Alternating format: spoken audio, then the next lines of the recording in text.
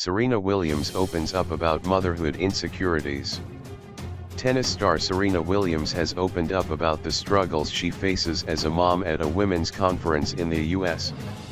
She was speaking at the Pennsylvania Conference for Women and said that she always feels like she is not good enough when it comes to her daughter, Alexis Olympia Ohanian Jr. She said that she hoped her daughter would grow up in an environment where women supported each other.